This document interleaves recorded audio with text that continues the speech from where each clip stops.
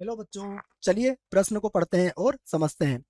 फलनों का x के सापेक्ष समाकल ज्ञात कीजिए। और बच्चों में फलन दिया है log x जिसका आधार e है बच्चों, और 1 प्लस लॉग एक्स की घात 2। ठीक है बच्चों, यहाँ पर log के जो आधार है वो e दिए गए हैं बच्चों।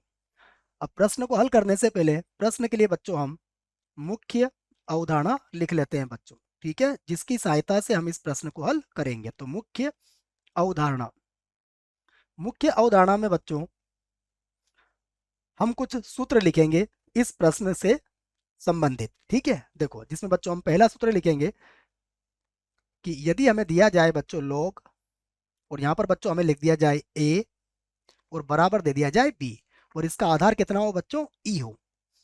तो यहाँ से बच्चों यदि हमें ए का मान ज्ञात करना है तो ए बराबर होगा ई की घात बी।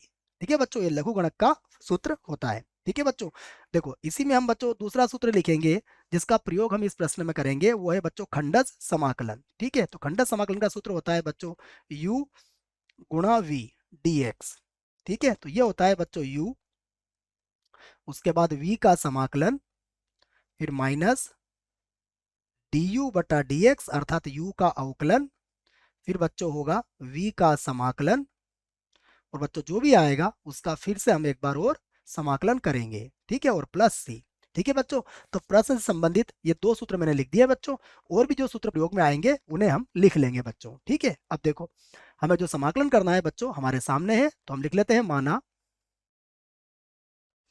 आई बराबर बच्चों हम समाकलन के साथ इसको मान लेते हैं log x, और बटा बच्चों हमारे पास है 1 प्लस लॉग एक्स। ठीक है ना बच्चों, यहाँ दोनों ही लॉग का जो आधार है बच्चों वो ई है। ठीक है, और यहाँ हो गया हमारे पास dx।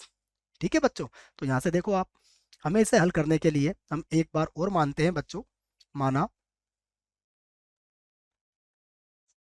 देखो इसको हम चाहें तो बच्चों समीकरण एक बना सकते हैं, 1 प्लस लॉग एक्स, और बराबर कितना मान लिया बच्चों मैंने, टी मान लिया। ठीक है, अब देखो मैं इसका अवकलन करता हूं बच्चों एक्स के सापेक्ष, तो एक का अवकलन तो जीरो हो जाएगा, और log एक्स का अवकलन कितना होगा बच्चों, log एक्स का अवकलन होगा 1/x।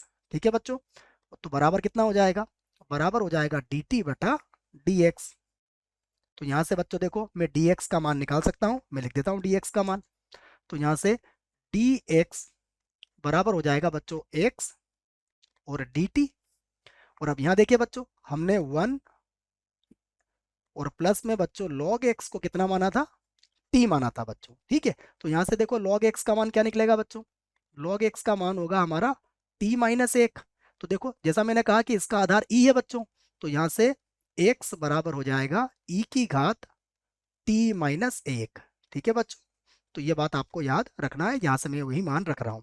तो देखो dx का मान क्या हो जाएगा, dx का मान होगा हमारे पास e की घात t माइनस एक और dt।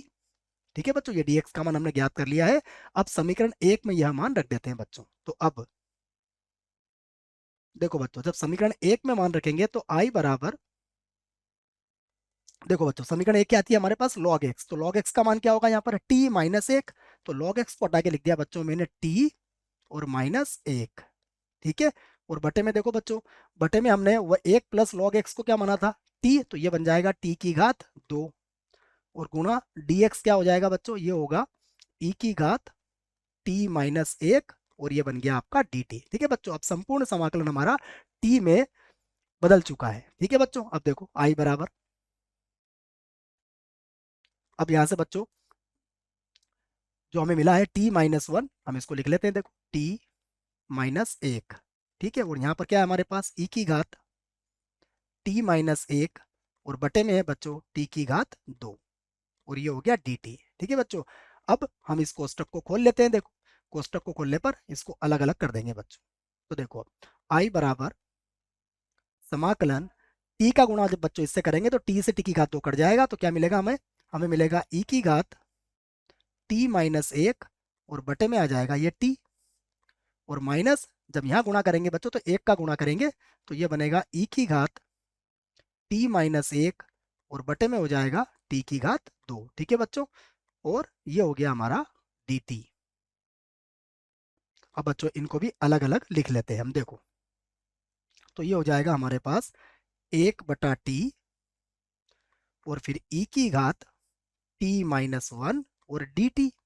ठीक है बच्चों, उसके बाद माइनस, इसे भी यही करते हैं बच्चों, ये होगा 1 बटा ई की घात 2 और गुणा में आ जाएगा ई की घात टी माइनस 1 और डी टी।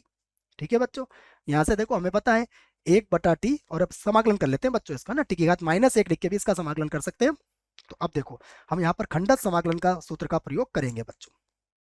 तो अब मैं लिखूंगा इसको आई बराबर, देखो बच्चों 1 बटा टी वैसे ही छोड़ दूंगा, और समाकलन होगा ई की घात टी माइनस 1 का और डी टी, फिर माइनस होगा बच्चों डी बाई डी टी, किसका होगा, टी की घात -1 कर देता हूँ बच्चों, 1 बटा टी लिख सकता हूँ या टी की घात -1 भी लिख सकता हूँ। फिर समाकलन होगा ई की घात टी माइनस 1 का। ठीक है बच्चों, और यहाँ जो भी आएगा हम उसका पुनः फिर से समाकलन करेंगे। ठीक है बच्चों, डी एक्स नहीं बच्चों, ये डी टी है ना, तो कहीं पर अगर गलती से लिख दिया है तो उसे हम सही कर लेते हैं। ठीक है, हर जगह डी टी चलेगा, तो यहाँ भी डी टी आएगा। ठीक है, अब देखो इसके पीछे क्या चल रहा है बच्चों, इसे भी लिख लेते हैं हम। इसके पीछे हमारे पास माइनस का 1 बटा टी की घात 2 और ई की घात टी माइनस 1 और डी टी। ठीक है बच्चों, अब देखिए फिर से हम लिखते हैं आई बराबर, तो ये होगा हमारे पास आई बराबर बच्चों 1 बटा टी, और ई की घात टी माइनस 1 का जो समाकलन होगा वह होगा ई की घात टी माइनस 1। ठीक है बच्चों, और माइनस, अब यहाँ देखिए बच्चों समाकलन टी की घात -1 का जब हम अवकलन करेंगे तो ये होगा -1 बटा टी की घात 2। ठीक है बच्चों, और ई की घात टी माइनस 1 का समाकलन क्या होगा, ई की घात टी माइनस 1। ठीक है बच्चों, और उसके बाद डी टी।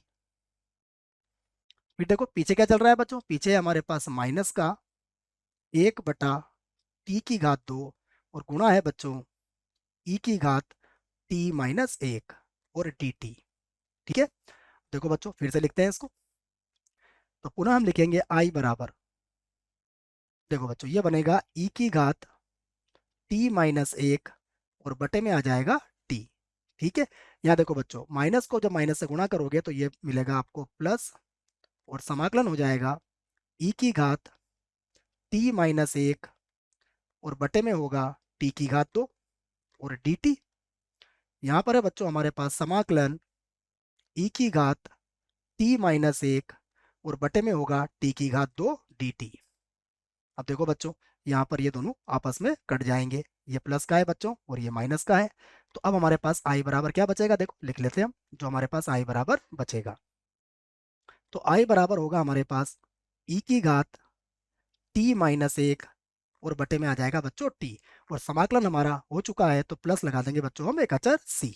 ठीक है, अब देखो बच्चों जो हमने माना था वह मान हम यहाँ रख देते हैं, तो आई बराबर, तो ई की घात टी माइनस 1 देखो किसके बराबर था बच्चों, ये बराबर था एक्स के, तो हम इसको एक्स लिख लेते, तो ये तो हो जाएगा हमारे पास एक्स। ठीक है बच्चों, और टी हमने किसको माना था बच्चों, टी हमने माना था 1 प्लस लॉग एक्स को बच्चों ना, जिसका आधार क्या था ई था, तो ये हमारे पास टी का माना गया बच्चों, और प्लस क्या लगा देंगे हम सी। तो यही बच्चों हमारे प्रश्न का उत्तर है। आशा करता हूं आपको इस प्रश्न का उत्तर समझ में आया होगा। धन्यवाद।